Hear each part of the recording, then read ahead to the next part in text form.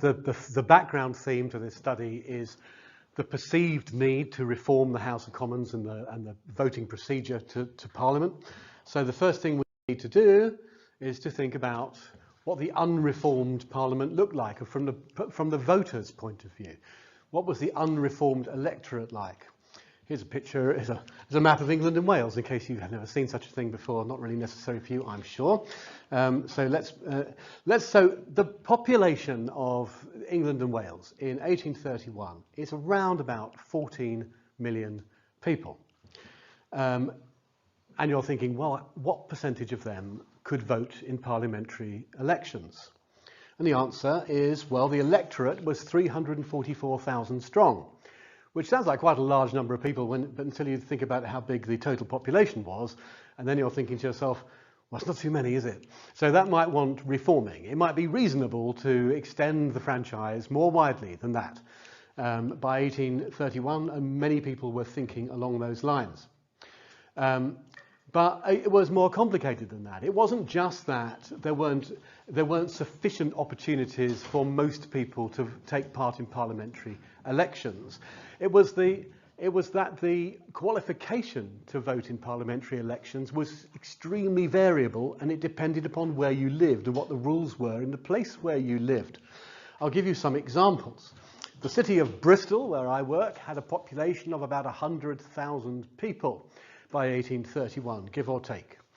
And if I tell you that the number of people in that 100,000 who were entitled to vote in parliamentary elections was about 5,600, and you think to yourself, crikey, that's not too many out of a population of 100,000. Let me just tell you that that's one of the most generous franchises in the country at the time. And Bristol, there were only about 2 or 3 other constituencies, amongst them Westminster, for example, that had larger numbers of voters than that. So that's how bad the situation was.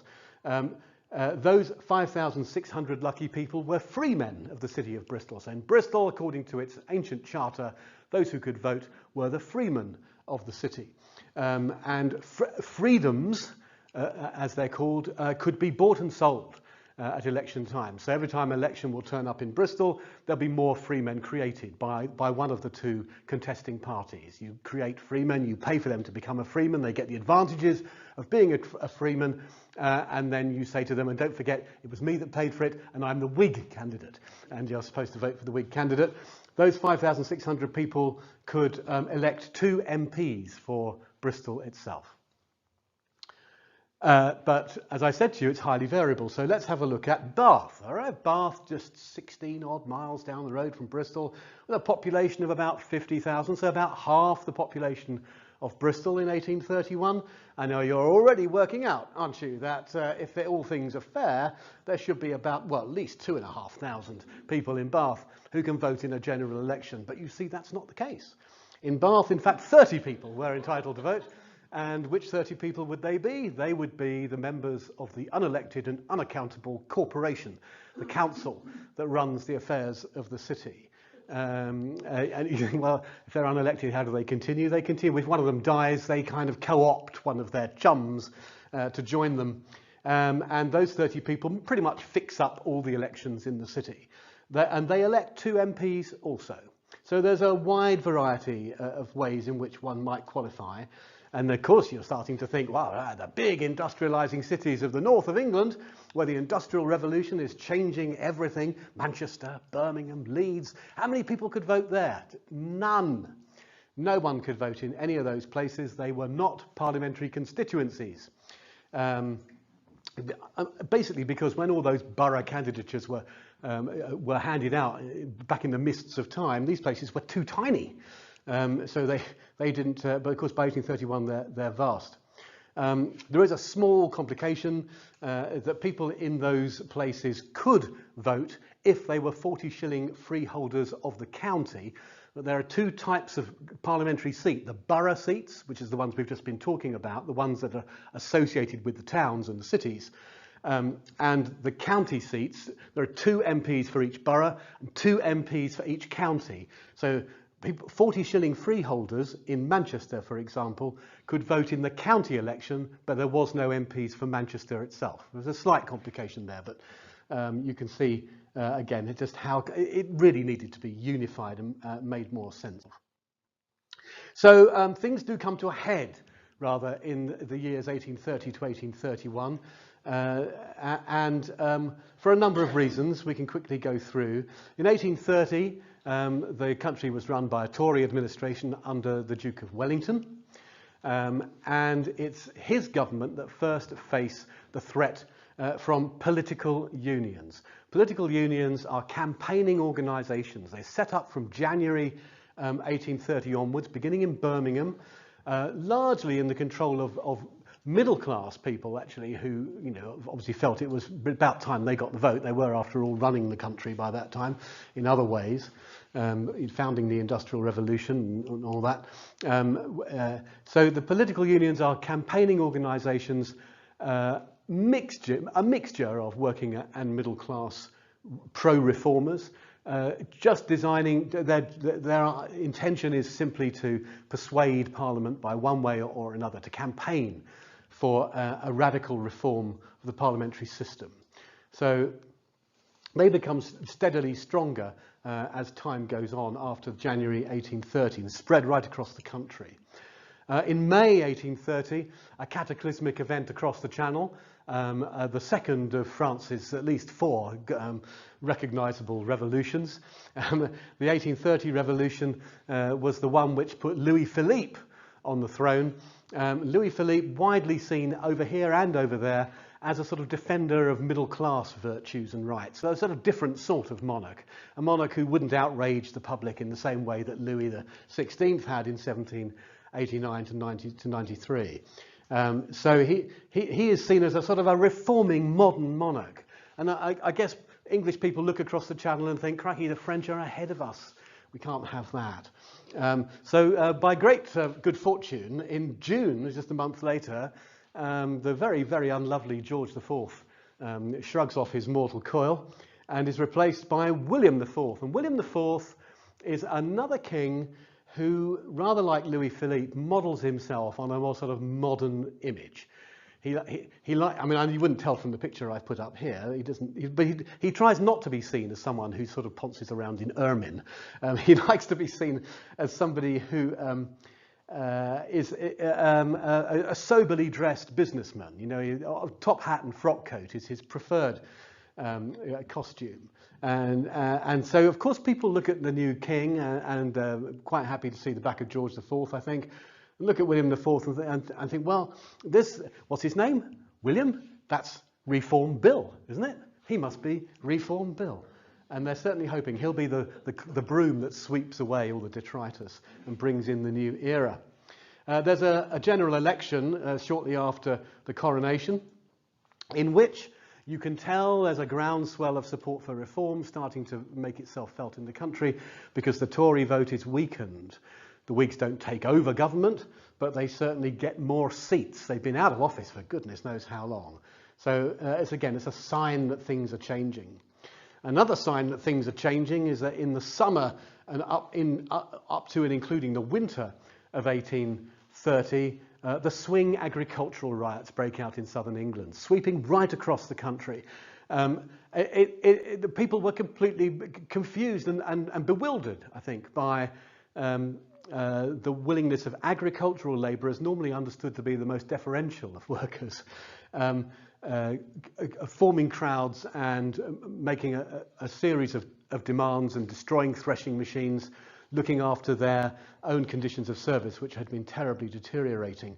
So a real challenge for government. There is a sort of an agricultural revolution brewing in the shires. In November, the Tory government pretty much self-destructed. It broke itself into pieces over Catholic emancipation mainly. Wellington is therefore out of office, and William IV invites a coalition of Whigs and Tories to run the country.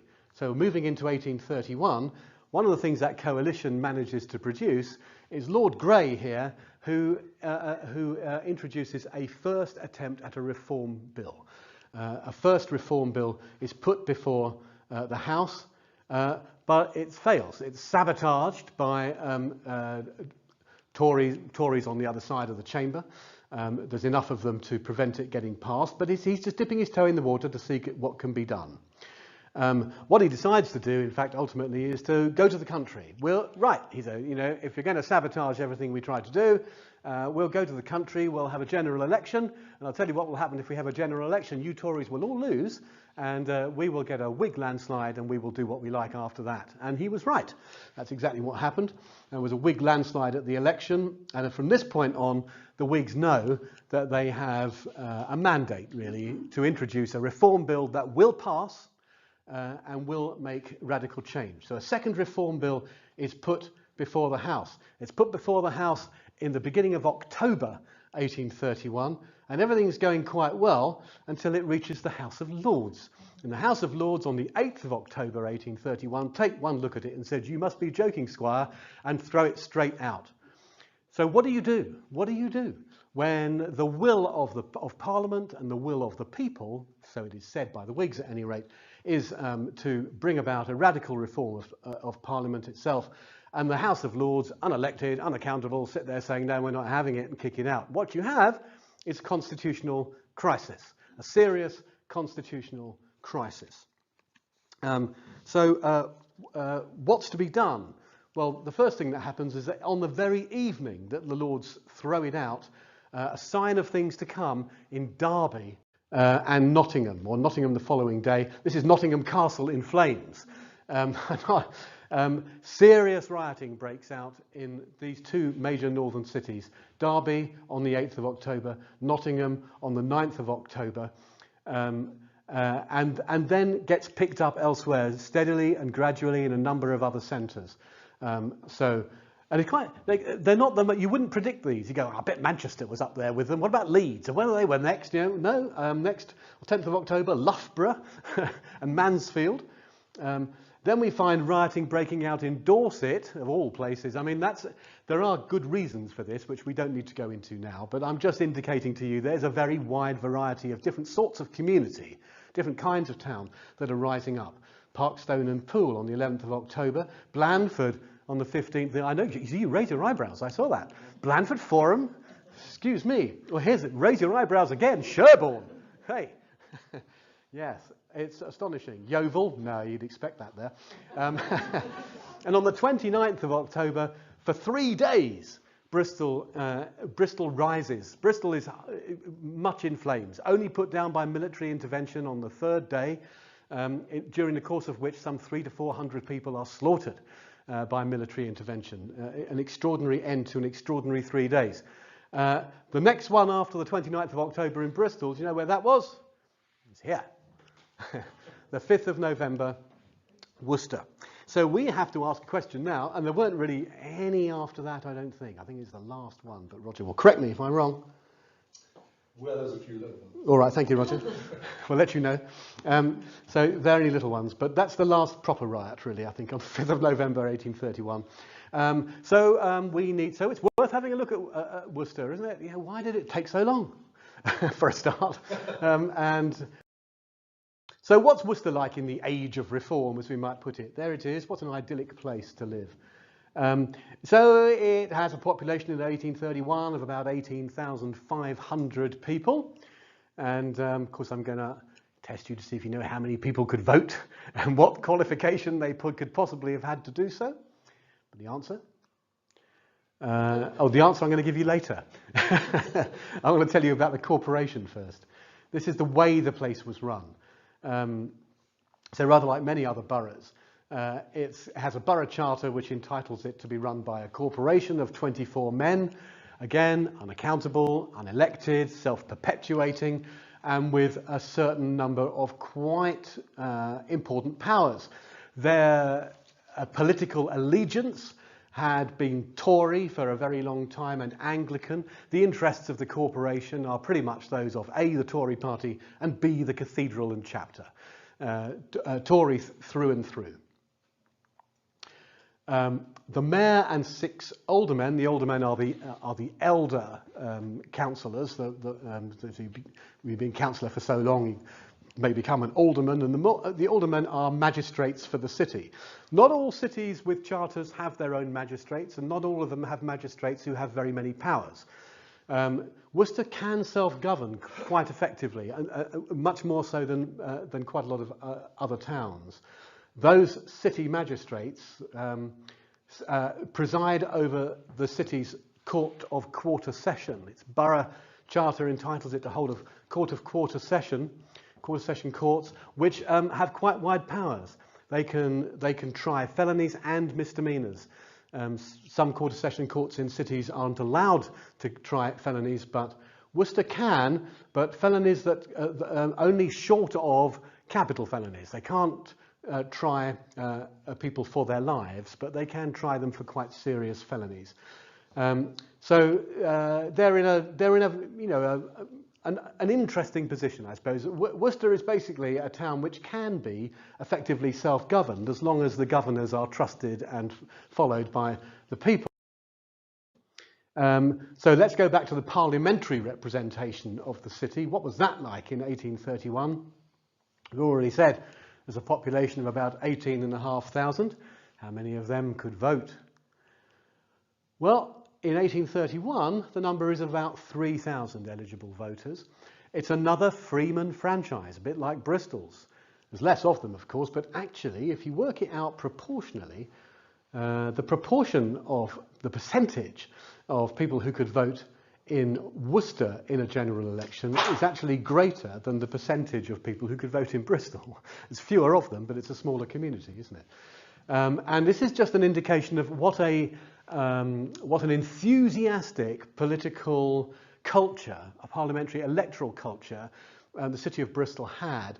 That it's estimated that between 1820 and 1831, just in those 10 years, in that final decade before the Reform Bill was put to Parliament, about a third of those 3,000 people were added to the poll books.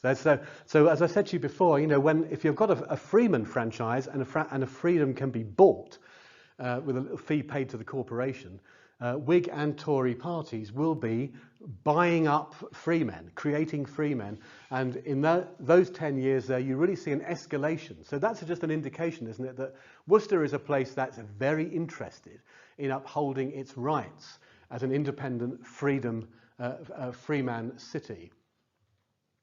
The corporation, for their part, of course, are rather less keen on too many contests being held. They're expensive. If you're going to have to keep paying for freemen to be admitted onto the polling books, it gets expensive, and then there's always the business of having to bribe voters to vote one way or another.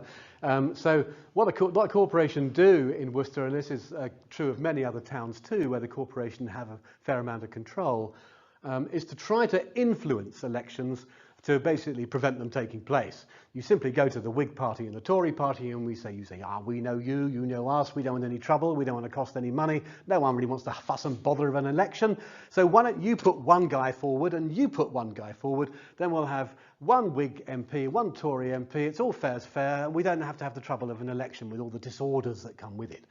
So they do their best to do that, but you do see that agreement starting to break down in the 1820s when all these new freemen are being created. Worcester freemen come across very clearly as a bunch of people who jealously guard the rights of freedom to election, the rights not to have the corporation control the electoral process. So in 1826, for example, again, there are two candidates to start with for the election, for the city, for the borough election. But a third candidate is intruded on an independent ticket. He's independent, but he's a reformer, and he'll vote with the Whigs. And that's recognised by the freemen who elect him in the place of the Tory. So there's no Tory representation in the city after 1826. There's a Whig candidate and an independent Reform candidate. So an indication again of the way the wind is blowing. Then in 1831, the same thing happens in the county seat. 2 MPs, once again, 2 seats to be fought for, and the Tory candidate is defeated by a second Whig nominee. And even more perhaps of what happens. That Tory candidate is a man called Colonel Lygon, and he finds canvassing particularly tricky in Worcester in 1831. He goes down into the marketplace with his team to canvass for votes, and a crowd emerges and physically attacks him and then breaks the windows of his party headquarters. This is a lovely, it's not particularly great, is it? But it's a sort of a simple sketch, contemporary sketch of the riot in the marketplace during May 1831 against Colonel Lygon. Lygon's men are down here, look, having all kinds of mud and muck thrown at them by a bunch of people shouting, "Reform! No Lygon!" And I'm quite interested in it's not a photographic representation, but it's clear that there are people included in the crowd here, very respectable, top hats and tails, frock coats. Not all the people committing riot in Worcester in 1831 against the Tory candidate are definitely not all the lowest of the low. Okay. And one more thing about Worcester's electoral culture, which is worth noting. You may already know about this. Do you know this? You have a tradition in this town of, when at the end of an election, when they have a thing called the chairing ceremony, you put the successful candidates get hoisted into very fancy, beautifully decorated chairs and carried at shoulder height through the town to celebrate. We have new MPs. Look, hurrah! Here they are. And you're supposed to run alongside and cheer and perhaps wave or boo if you don't like them. But in Worcester, the tradition, as established from the early 19th century onwards at least, was for the crowd to ambush the chairing ceremony as it came round the corner. It didn't have to get very far. You come round the corner, the crowd ambushes it. Everyone knew they're going to do it. Throw the successful candidate to the ground, drop his chair, smash it to smithereens, run off with small souvenirs, and that's the end of that. And it happened time and time again until I think the last instance I found of it happening is about as late as 1837, 1840. There's a strong will by that time amongst the respectable classes to put an end to it. This is kind of a tradition that we really need to put behind us now, and we're all on the same side, aren't we? But the people will have their chair smashed. I think it's it's like a sort of allegory of the unsafe parliamentary seat, isn't it? Or an allegory of political accountability. We don't have a vote, but we're going to throw you out of your chair, nevertheless. It's just an interesting thing. There are one or two other towns that also had a tradition of doing this, but the interesting thing in Worcester, there was never any real attempt to prevent it. There was a lot of argument about it. We won't be doing this any longer, but the corporation never fields special constables or the military or read the Riot Act, never try to arrest anybody or put them through the courts for smashing up chairs, breaking property, shouting, screaming, hurting the candidates. Never. It's all just kind of, all right, you had your way, can we all go home now? So it's interesting. So let's think about the corporation and its options. What are its options if serious trouble does break out? What can they do? This is a later image, a bit misleading, because they didn't have professional police in Worcester in 1831. That's a picture of a very early professional policeman with his nightstick, and he's called a ne'er-do-well, as we can see. But what would we do in this city when you don't have professional police? You've got tiny numbers of sort of annually elected city constables, but I mean like 3 or 4 of them, not anything like enough to stop a major disturbance.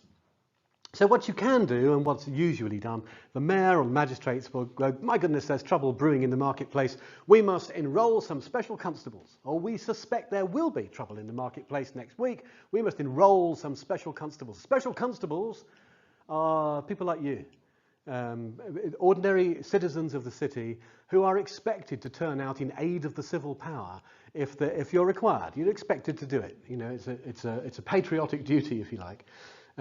So you would be enrolled, given a nightstick and a little armband to distinguish you from all the people you're beating up, because you don't want them to think, and then you. So the problem with enrolling special constables, of course, is that if there's trouble just starting to kick off, and you need to do something fairly quickly, really putting out an announcement at that point that you'd like to enrol some special constables is a little bit late in the day. So that can be a problem. There is another option. If the special constables are insufficient, we might call in the military. Well, the problem with the military is that you can't, I mean, for a start, you've got to acquire them from somewhere. Unless you have barracks in your town, that's not the simplest thing to do. You've got to think ahead. Where are the nearest soldiers? If I bring them in, I'm going to have to, we need a magistrate to read the Riot Act, read it physically so it can be heard by everybody in the crowd before the military are entitled to intervene. Basically, the Riot Act gives legal protection to soldiers should their intervention cause the death or serious injury of anybody in the crowd. If the Riot Act is not read or not heard and soldiers intervene, the commanding officers could be in trouble later on. So all these things have to be done properly, and that doesn't. And of course, there is the problem. If you do read the Riot Act and you do unleash the military, and they do kill somebody, your local community may not forgive you for that for very long.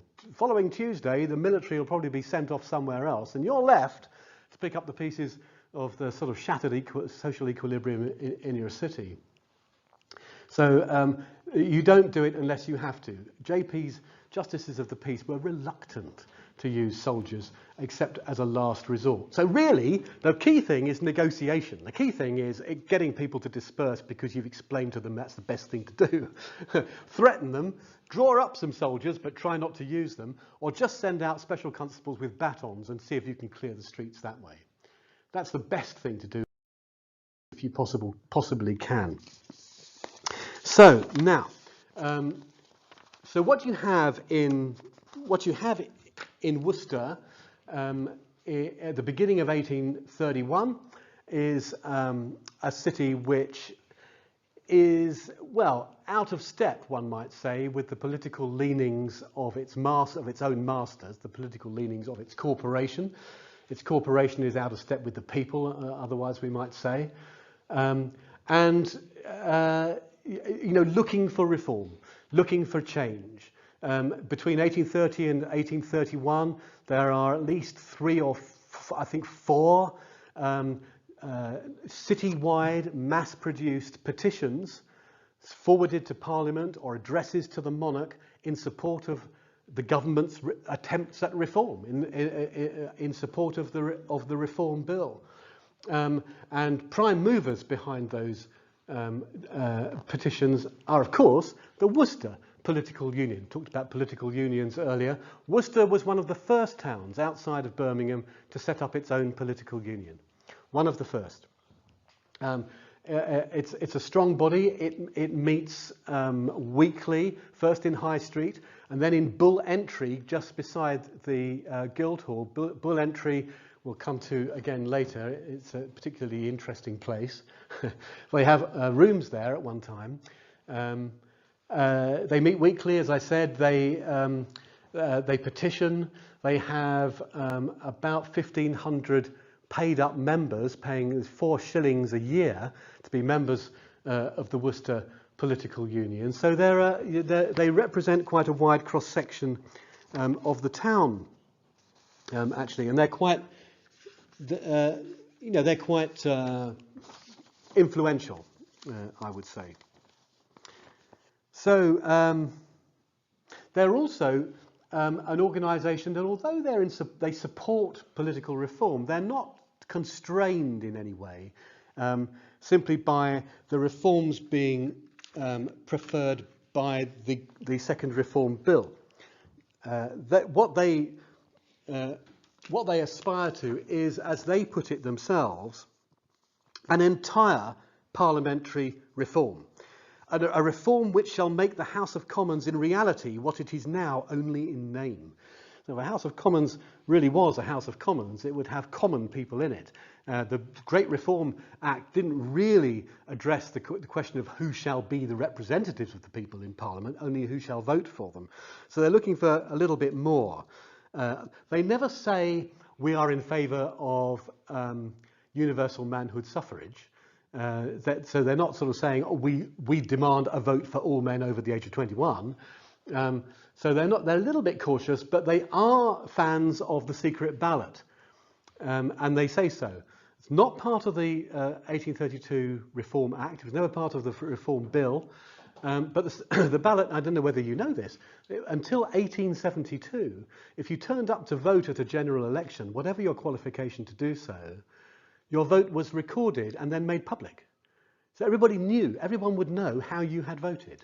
The voting lists are then published afterwards. So everyone can look down and go, look at him, what's he doing? He voted Tory. But he voted Tory, but he told me he was voting Whig. And didn't I buy his freedom for him, for the Whig Party? Did I not? So you had to be, you were never really safe with your own vote, because it was never a private matter until 1872. So there, back in 1831, at any rate, the Worcester Political Union was in favour of a secret ballot and didn't mind saying so.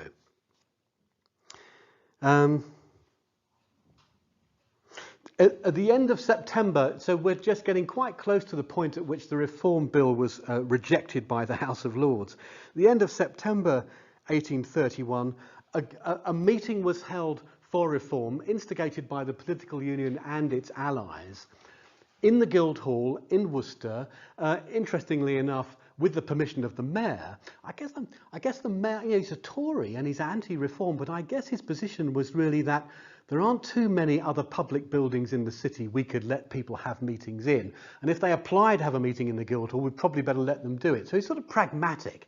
But it's a very large meeting. Some 1,800 people cram into that place. It's not a particularly big Guildhall, right? But 1,800 people managed to find their way into it. So again, indications of the strength of local feeling.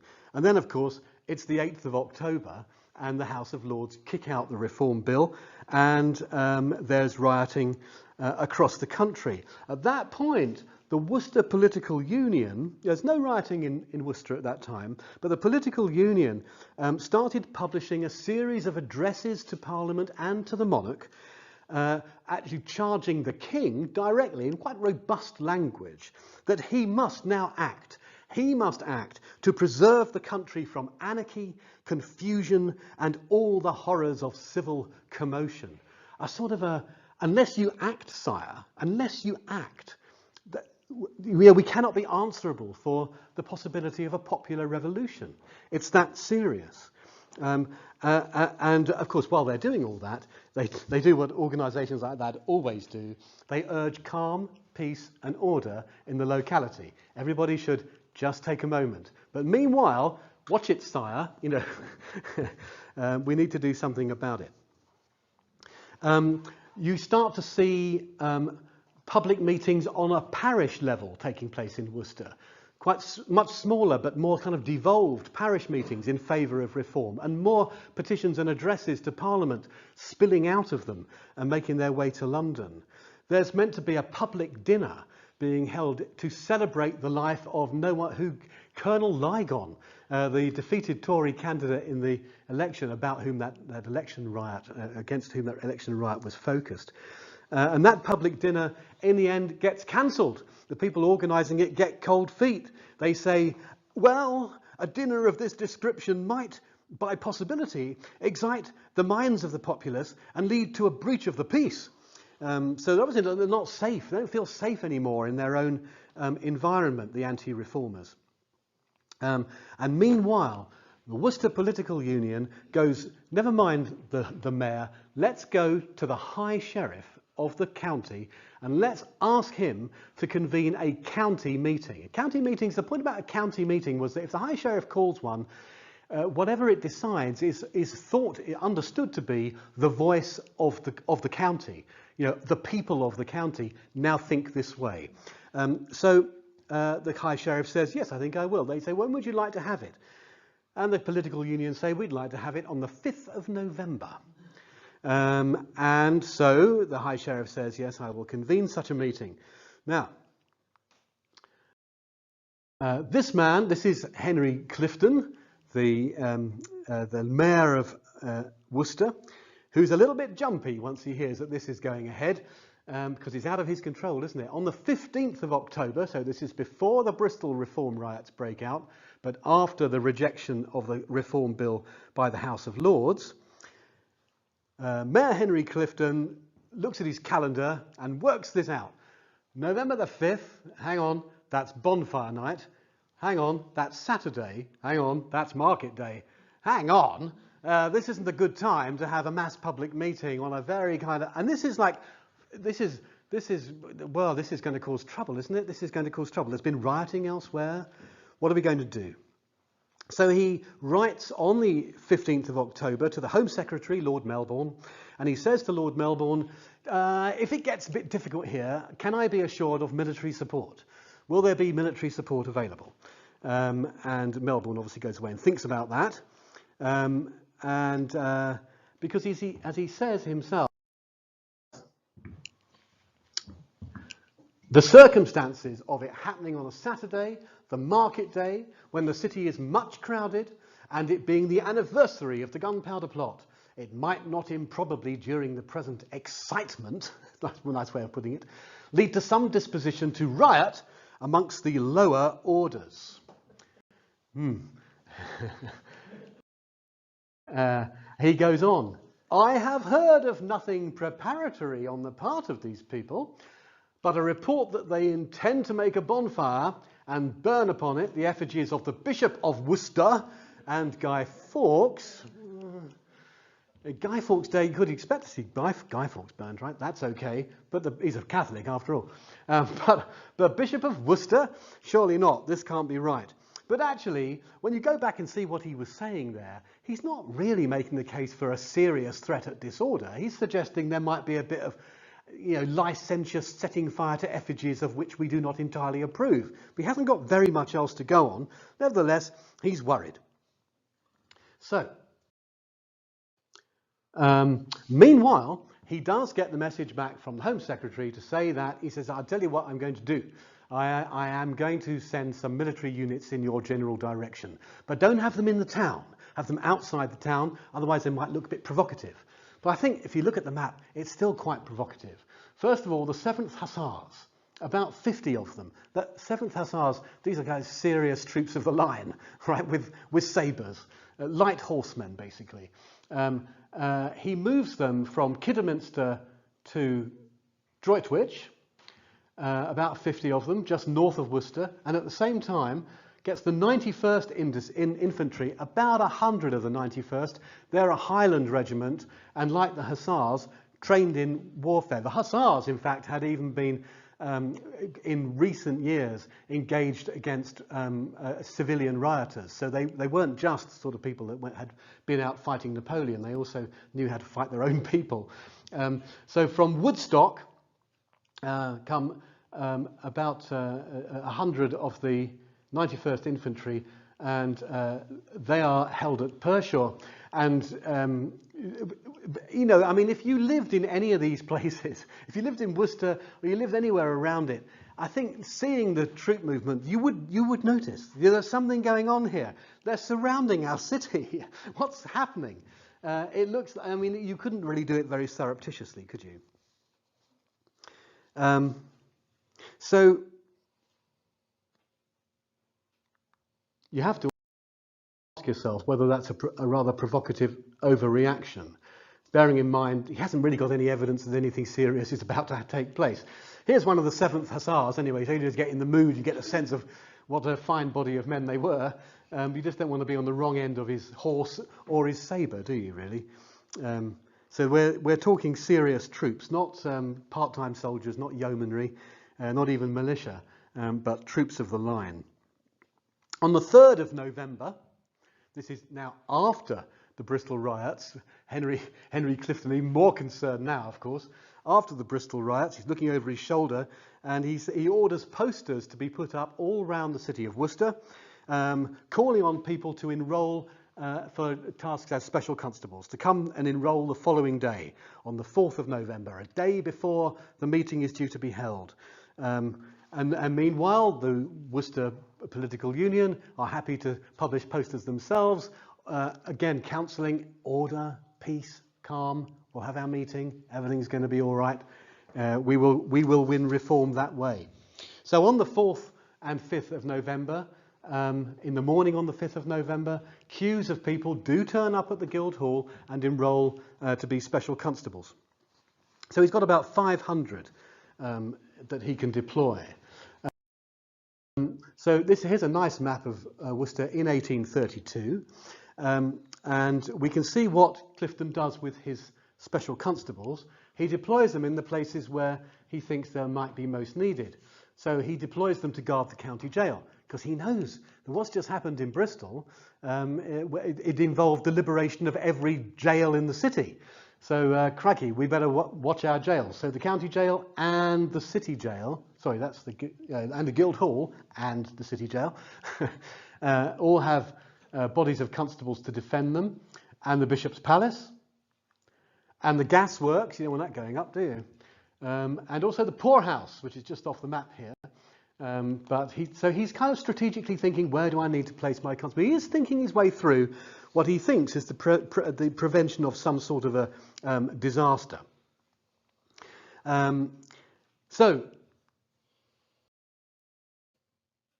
the Guildhall meeting kicks off at noon, as expected. Packed house, and some of the speeches that are coming from the floor there are quite inflammatory, I suppose we might say. Because an example here, this is from a man called John Richards, a reformer, who is reported to have said, what might the Tories not lose by their opposition to the wishes of the people? Would they wish to see the public peace invaded and the palace and the cottage levelled to the ground? What might they not expect from the rising of an injured people? I mean, that's fighting talk, isn't it? That's kind of, whoa, you know, we are on the brink of something very serious if the Tories don't stand down and allow the Reform Bill to pass. The meeting comes to an end. There's no disorder straight after it. There's sort of 3 cheers for the Reform Bill and 3 groans for the corporation as they come out. The groans for the corporation, just reminding us that the corporation are seen as the enemies of the people here as far as reform is concerned. And there's no trouble, actually, until after 10 o'clock at night. When it's dark, it's bonfire night. There's a lot of unusual people in the town, if you like, because it's been market day. It's very busy. This is when the riot at Worcester begins. It begins, actually, with a small fire detected in a house on High Street. I don't think, well, we don't think it was a malicious fire. No one seemed to think it was. Everybody thought it was probably an accident. It was bonfire night after all. People are setting off fires. Things always get a bit out of hand on bonfire night. But it was a fire that drew people to it. A crowd then formed. And you just didn't really want a crowd forming on bonfire night in the political atmosphere they were currently in. So what happens? Let's go back to our map here and remember these are the places where Henry Clifton has his constables organised. What happens is that the crowd gathers around this small fire and then starts heading north up the main street toward Foregate Street, booing and hissing outside the houses of anyone they know to be a zealous anti-reformer, a Tory voter. And then they go a bit further.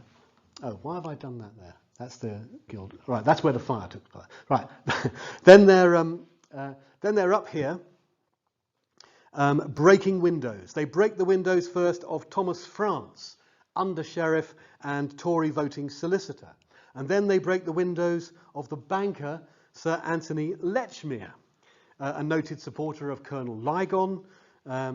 Lechmere lost about 70 panes of glass to stones.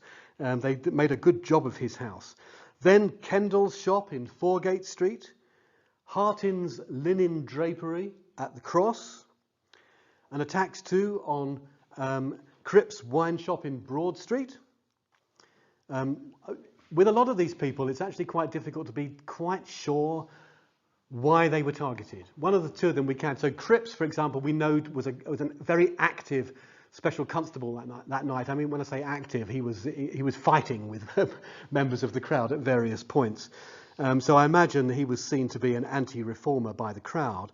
The house of Alderman Hooper, well, he's one of the city magistrates, of course, and therefore seen to be a Tory, an anti-reformer.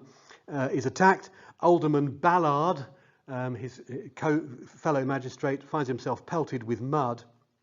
And there were some attempts to gain access to the Bishop's Palace and to Edgar Tower, both of which were repelled by groups of special constables.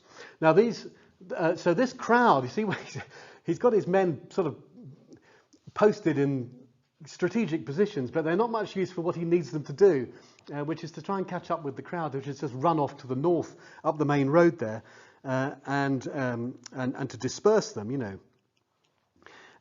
But at 11 o'clock then, after an hour of really nothing being done to prevent it, Clifton finally sends his Guildhall constables into action. They engage the crowd, and they manage to take 2 men prisoner and lodge them in the city jail. The constables are then sort of surrounded by the crowd and fought back. The crowd fight hard, and they push the constables back into the Guildhall. So Clifton is thinking, okay, my constables have been defeated. I've got them back in the Guildhall, but we have managed to capture 2 rioters, and we've got them banged up. So that's some sort of small victory. The crowd follow the constables back to the Guildhall and start pulling up the railings outside, presumably to use as weapons. So Mayor Henry Clifton decides he better go out and try and disperse them, so he has a go. He says, "You've all got to go home, you've got to go home, you've got to stop this, this is getting out of hand." They say to him, "Well, we will go home, we will, but first you have to release the 2 people you have quite unlawfully banged up in the city jail." And very oddly, he then says, "Okay, I will let them go, but then you have to go home." So they go, "We will." You think, is this guy really in charge of his own agenda? It's a bit like, what's he? Anyway, the crowd march off with him to the jail. He releases the 2 prisoners as promised. He says to the crowd, "So now go home." And they say, "Yeah, but you've now arrested some other people, so we want them out as well." And he says, "Well, now he says no." So this is an example of a magistrate who's not really doing his job terribly effectively, I think. So if you give a signal that you don't know what you're doing, it's not the best, is it? He says no, he's not going to let them go.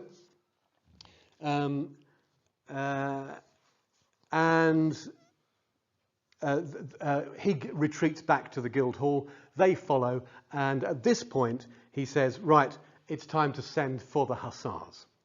So at 11:30 at night, he sends for the 7th Hussars from Droitwich. It takes them until 1:15 in the morning to arrive. There's still the crowd outside the Guildhall. They're not actually rioting, but they're refusing to go home. They're still demanding prisoners be released. And there's a sort of a standoff, really, while the Hussars form up outside. The crowd are sort of milling around outside as well. The mayor is going, "Go home, go home." The crowd throw mud and rocks and things at the Hussars, who have to, as professional soldiers, have to sort of sit and put up with it. And eventually, after the mayor has been hit on the head by a stone and lost his temper, 2 o'clock in the morning, he orders the Hussars in. He reads the Riot Act. Right? He does the right thing. He reads the Riot Act, and then the Hussars can act.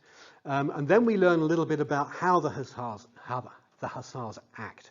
We learn from the Worcester Journal, the Hussars formed a line across the High Street. Sorry, I forgot the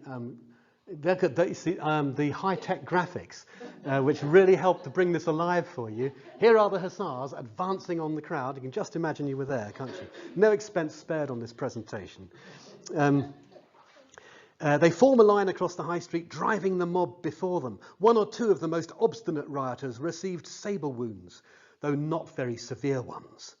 Well, I don't know. I mean, I got a sabre wound. I'm not going to start arguing about whether it's severe. I think that's fairly severe. Various reports then suggested that 1 man was cut across the face, another got a wound in his arm, 1 had his hat cut right through, and another was wounded in the breast. So this was a serious encounter. I said you don't want to get in their way, but the crowd did, and they didn't run. We need to now, just a little bit further up the street from the Guildhall is this place, Bull Entry. So here's the Guildhall, here's the street, here's the way in, and there's Bull Entry. I know, like bringing coals to Newcastle, you know about Bull Entry, I'm sure. No longer there. But this was the place where the political union had been meeting in September. It was a sunken passageway close to the Guildhall, as we can see on the map, linking High Street with Birdport. That's where it went to. It was often used by the corporation in the early 19th century as a base for charity soup kitchens to relieve the poor, because the poor were nearby. And it had very strong associations with the labouring poor, and a very notorious reputation for lawlessness and the keeping of disorderly houses, as they used to put it. As one newspaper report put it, the crowd were at the foot of the steps, pelting the hussars with stones as they came by. There's a photograph from the 1990s of Bull Entry as it was at that stage anyway. You can see the steps, I think, at the far end, and a couple of people about to warily make their way in. Imagine yourself on a horse trying to get in through there. Couldn't have been too easy, could it? So as one of the newspapers puts it, Bull Entry, this was a stronghold to them, for it could only be approached by descending a flight of 6 stone steps, and many women as well as men stoutly defending it with missiles. After the rioters, however, were dislodged from every other quarter, the necessity of taking that position by storm became apparent. Okay, that's the entrance. I've just put a ring round there.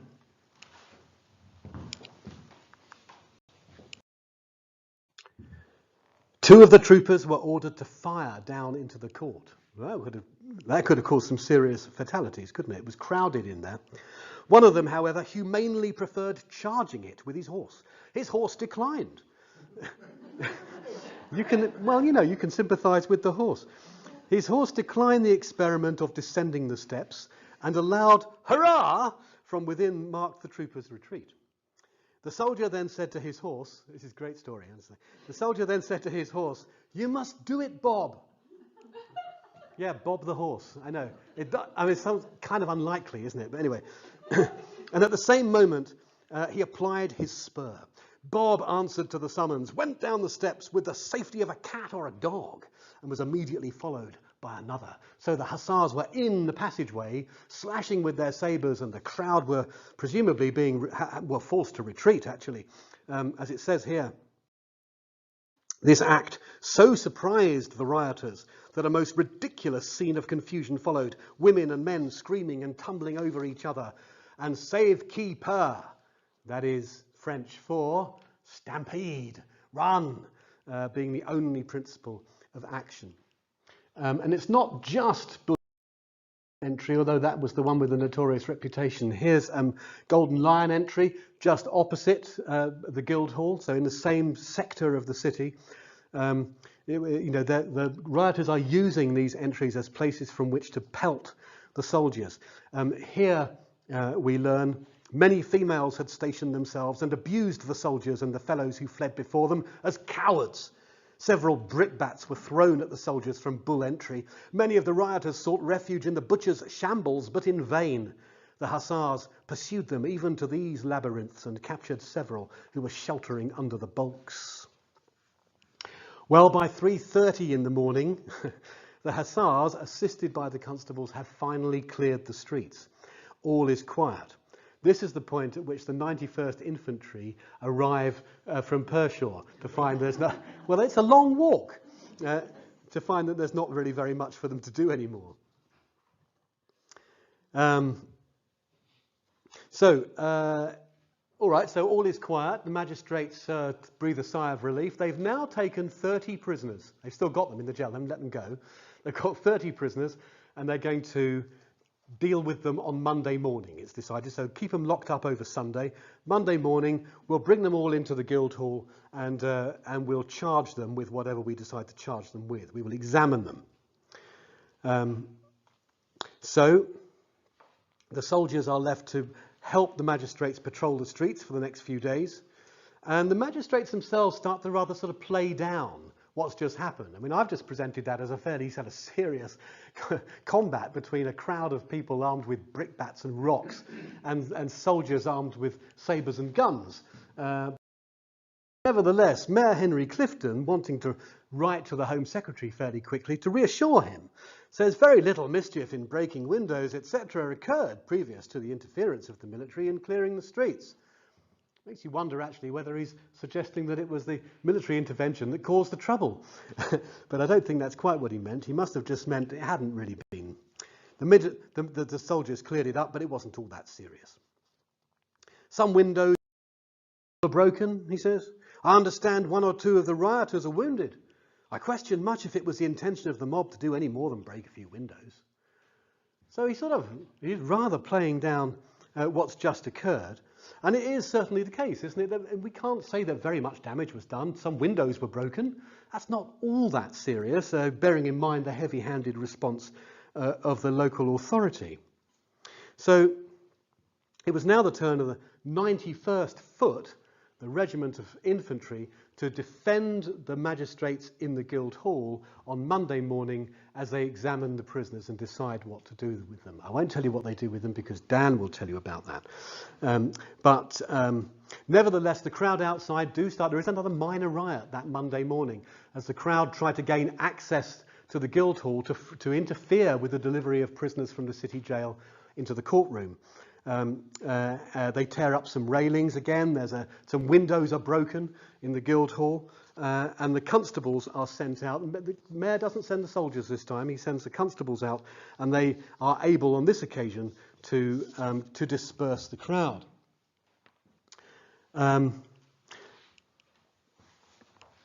It's almost over, I guess, except that Henry Clifton is still not satisfied that everything is quite. I mean, he plays down what's already happened. But he's now adamant that the soldiers must be retained. They must stay, he says. We'll need to keep them. He says he is... Oh, what's that doing there? That's the Guildhall. Right, there we are. He says he is fully persuaded that a train is laid here which a single spark may at any time ignite, and that the absence of the military will be the first signal for fresh acts of aggression on the part of the mob. He thinks the whole thing is just going to kick off again. It has not of late been an uncommon thing, he says, to hear the vagabonds in the streets declare in these or similar terms, only let the redcoats go and we will have our rewards. Is that likely? I don't know. Anyway, this is the language he uses when he's addressing the Home Secretary in an attempt to retain military assistance. And then, of course, there's the poor old bishop, the guy who was going to be burned in effigy. You know, what did he do? Before November the 5th, he scarpered from the city, went off to a country retreat, get out of the way. He didn't really want to stand and watch himself burned in effigy, I guess. So he was gone, but now he's complaining he can't get back. The mayor says... The mayor says the bishop was, quote, prevented from coming here now in the exercise of his official duties by threats of the destruction of his property and of violence to his person. Because the bishop's palace could have been attacked once again, I suppose. And it's the same problem with the dean. The dean can't come back either, apparently. So these are all just arguments for retaining the military. But that's kind of...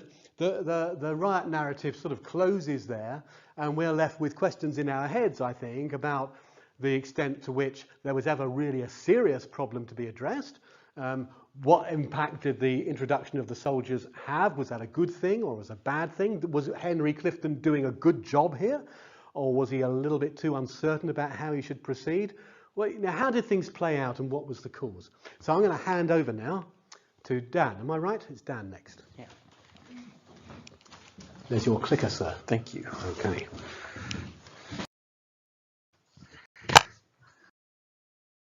Hi. So I've been looking into the arrestees after the riots, and there were 30 arrestees in total. We know, of course, that there were women and men in the crowd, but all 30 of the arrestees were men.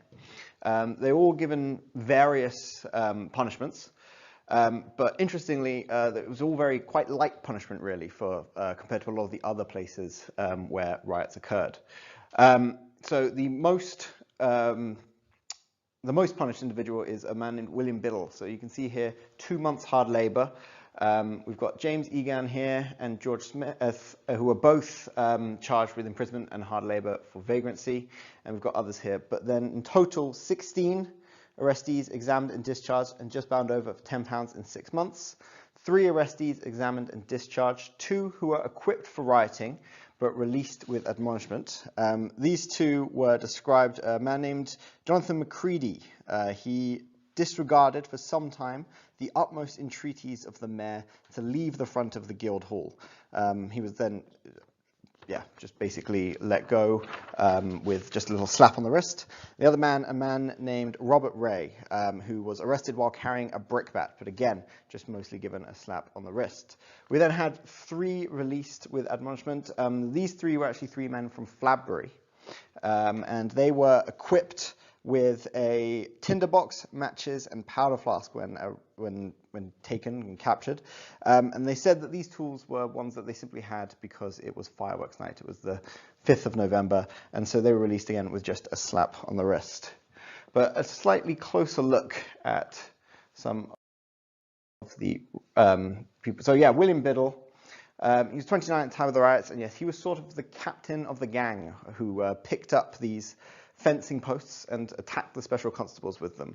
So he was the most severely punished of the rioters at 2 months hard labour. Another man here, Francis Holland. You remember earlier there was a man that was captured. He was then put into the city jail, and then the crowds demanded his release. Well, this was one of those men. He was a brickmaker, captured, and he was then released, but then captured once again while being quite drunk. He was much worse for drink, as they say in the newspaper. Still very disorderly, and he was quite violent in his language as well to some of the special constables. He was then held for quite a few days, and he was only released after his father and brother were held to his responsibility and told that they would have to pay £25 each if he broke the peace again within the next 12 months. Another interesting man here, we've got George Elt. He was 19 at the time of the riots, and he worked as a shoemaker, cordwainer. Now, George Elt was bound over for £10 in 6 months before being arrested once again on the 21st of November, but this is for an unknown reason. After that, though, his brother, John Elt, was brought in, and he was brought in as a guarantor, and he would be charged £10 should George break the peace in the next 12 months. Over the next few years, George Elt, very interesting character, who then was accused of stealing clothes in Kidderminster before being acquitted, but a year later was convicted for a similar offence in Wolverhampton, where he was then jailed for 6 months. He was then once again arrested in 1839 for larceny and transported for 7 years.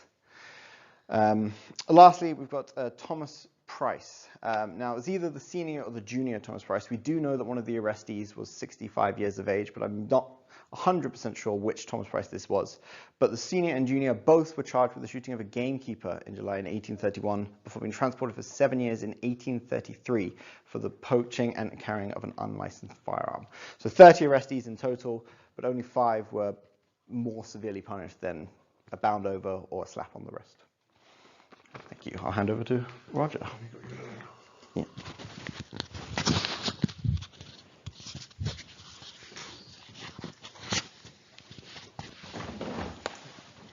We love that. So look at that. I'll hold it. Okay. Right. So I'm going to do my last couple of slides here, and what I'm going to do now is talk a little bit about myths around riots and how recent work in crowd psychology has challenged those ideas and overturned them. So I'm going to argue that most of your ideas about riots and crowds are actually based around a bunch of French sociologists from the late 19th century who made it up. So these are ideas like when you get into a crowd, you lose your mind. You're de-individuated.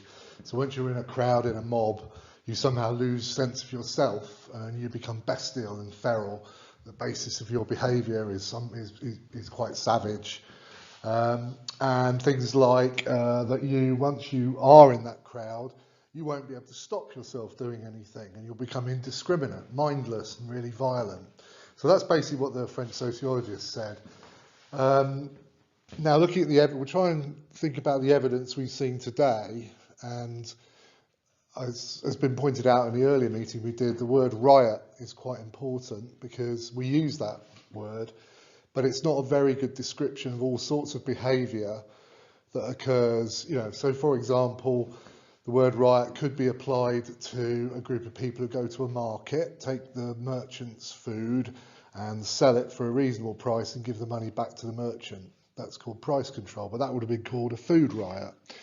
Similarly, you might find, in strikes and pickets that people are trying to carry out some kind of direct action, which becomes a violent confrontation, that becomes a riot. So there are all sorts of different kinds of behaviours that are covered by the term. Now I'm going to use the word riot for this incident, but let's have a little think. So here's the first myth I'm going to have a go at.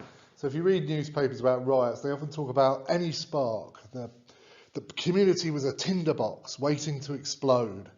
Well, if you actually look at violent incidents, you very rarely find that there is no, that they suddenly explode out of nowhere. Okay, so for my example, if I looked at the riots of 2011, which you might remember in August 2011, the precipitating incident in North London was the killing of a young man, Mark Duggan, by a police firearms unit, an unarmed man. And He wasn't unarmed. sorry, He wasn't unarmed. I said he's unarmed. He wasn't unarmed. No, he was unarmed. He didn't come out with a gun. He threw it. Yeah, there was a weapon in that taxi, but he was unarmed when he came out of the taxi. That's what if you read the report, you'll find that out. So he was killed by the police. Now, the point about that is not whether the incident itself led to it was a precipitating incident.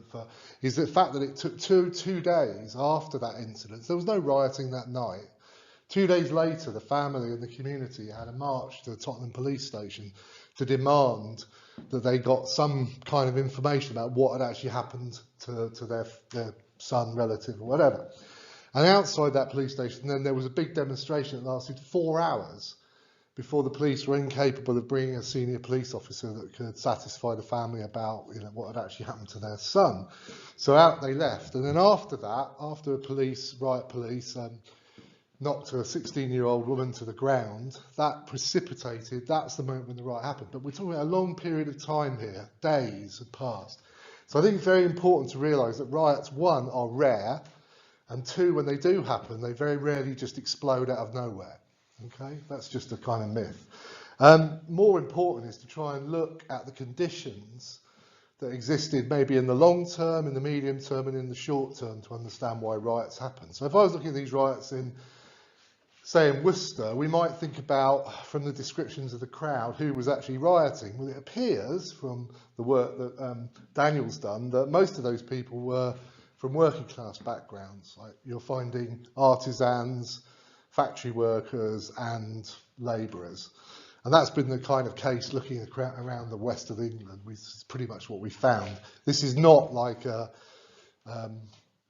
it doesn't appear to me that any of these crowds were full of middle-class Whigs protesting about reform. So that's something interesting. So we might say that the people actually rioting tells you something about the conditions that might have led them to riot.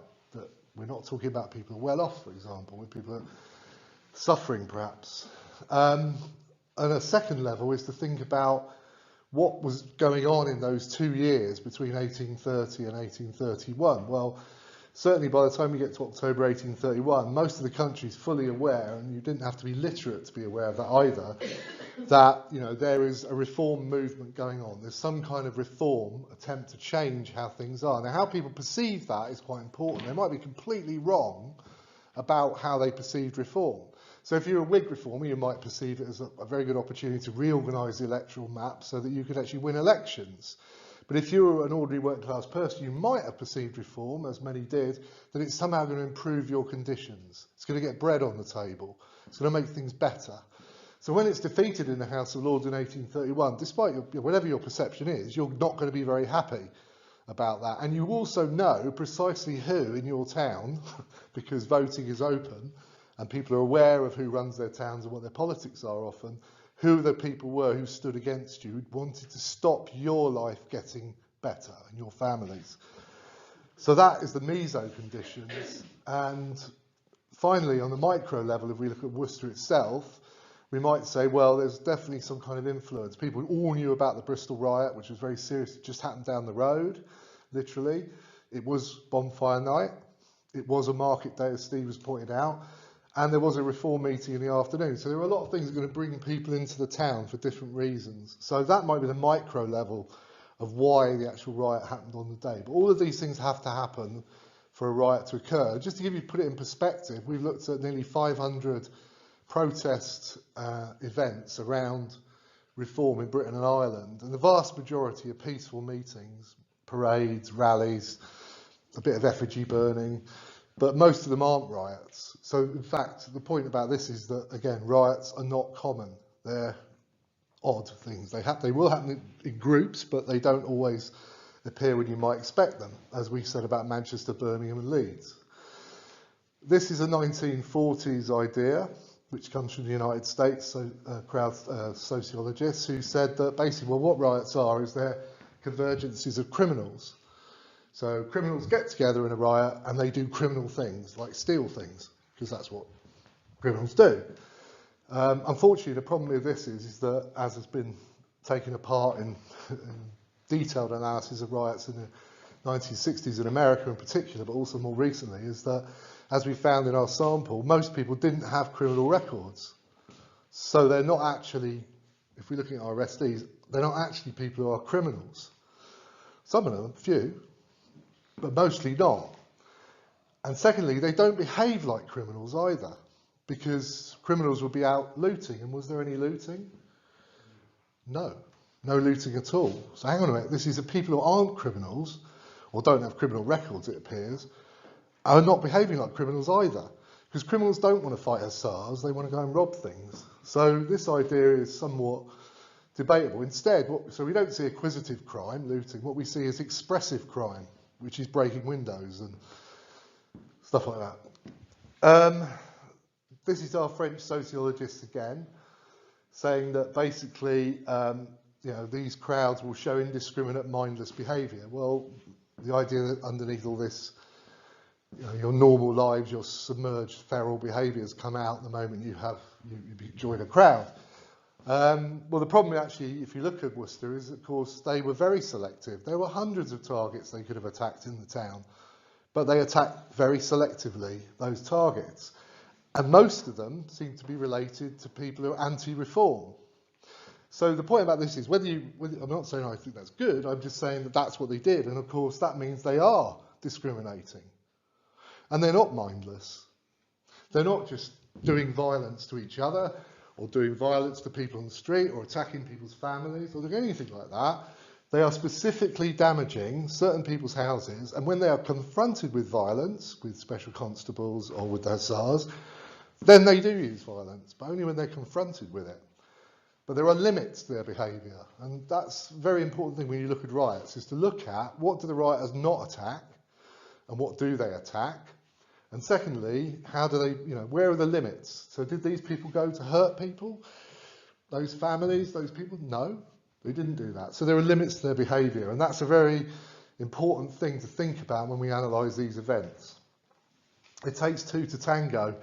So this is the idea that the crowd and the authorities are actually in a relationship with each other.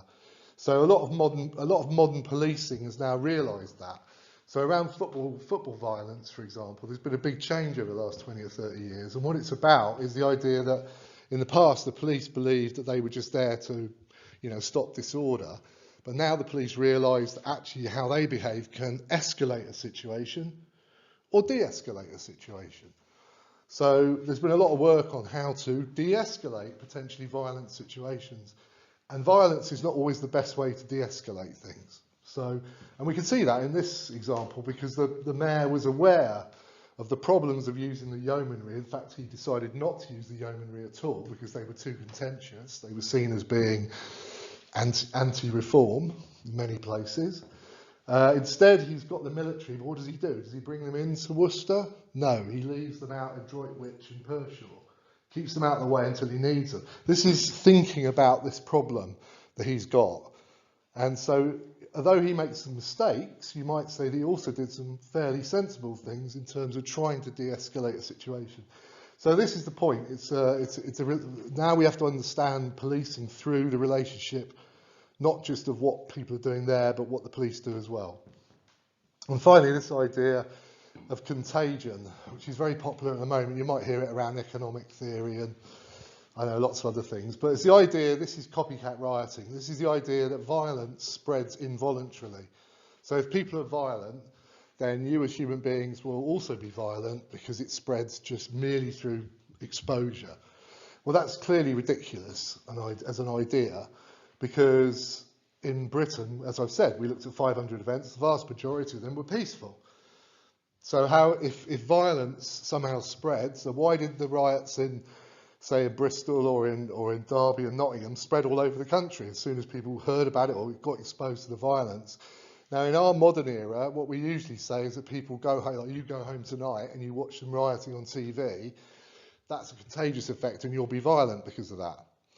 Well, again, that's not what happens in reality. Riots are rare and contagion is a pretty discredited concept around that now. And lastly, these better ways of understanding things have come around, and that really is thinking about the rioters rather than just talking about criminals or these words that, you know, just brand people. Starting to think about, okay, who are the people who are rioting? Who are they? What do they believe? What did they perceive? Why did they put themselves on the line, you know, in sense of they could have been, you know, executed or transported or bad things would happen. In Worcester, they were very lucky. In other places, they weren't so lucky.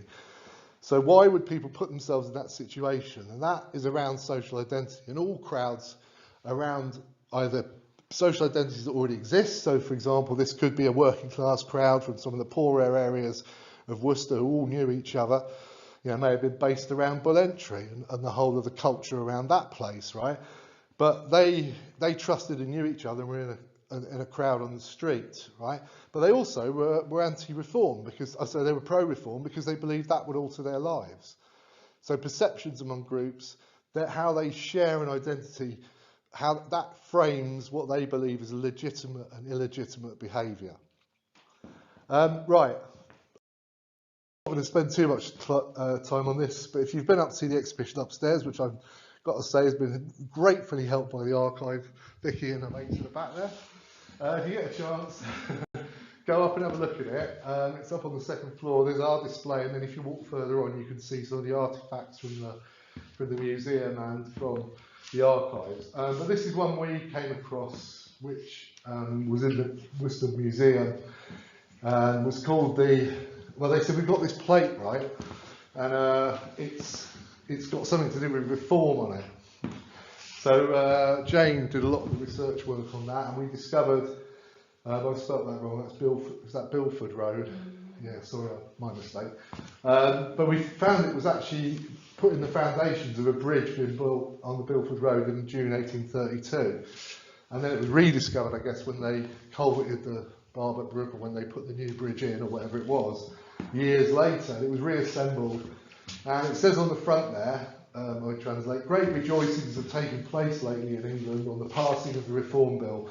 I say it will be the ruin of the country. What say you, Mr. Finder, of this plate about it? So this is a time capsule. It was put in there to kind of say, to project the feelings of those people at the time around social crises of reform. And obviously, you know, that's why it was interesting. But the question is who wrote it and who, you know, what do we know about it? Well, it's on the back. And what it's actually doing, June 1832 is a really important date because it is on June the 7th that the Great Reform Act goes into becomes law, or is passed with royal assent. So there were great celebrations in Worcester around this. I mean, illuminated nights and parades, and so this person who, about a week later, would put this plate in, made this comment as a reaction to this great celebration in Worcester, as Steve said, a pro-reform town of the Reform Bill. On the back, it's got this. So this person was the first person who laid the stone, Richard Spooner, and we're currently debating about him that he might have been the person who wrote it. I won't say too much about him, except that he started off as a pro-reformer. In fact, he was friends with Thomas Atwood, who was the founder of the Birmingham Political Union. as we said at the start, in January 1830. But as time went on, he took an anti-reform position, actually became an ultra-conservative, or what's called an ultra-Tory. So he was against reform, but the question is when. We don't quite know Does anyone when. know about Richard Does anyone know about Richard Spooner? Spooner scholars in the room. Spooner experts. We had one earlier on. We did actually. This is why we're revising. That's why we're revising what we're saying. But he's an interesting character. Anyway. yeah, he's an interesting character. I mean, so it could have been him because he did end up as a anti-reformer. We're not quite sure whether he was saying that in June 1832 or not. But there's something else that's interesting, because a number of historians made a reference to the fact that, the reason there was a riot in Worcester was because the person who caused the riot in Bristol, which was Charles Wetherell, who was a recorder and MP for the city, a recorder and a Yorkshire MP, he was virulently anti-reform, and it was his arrival in Bristol on the 29th of October, Saturday the 29th of October, that kicked off the riots in Bristol. Now, why would they say that there was a relationship with Worcester? Well, Charles Wetherell's sister was married to Richard Spooner, interestingly. So I think that's what they're referring to. So there is an interesting connection between the two cities. Whether that was the reason people rioted in Worcester, I doubt. But this is Wetherell arriving at the bottom here. The rest is history.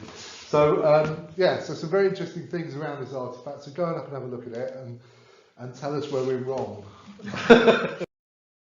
Yes. Cheers. Yes.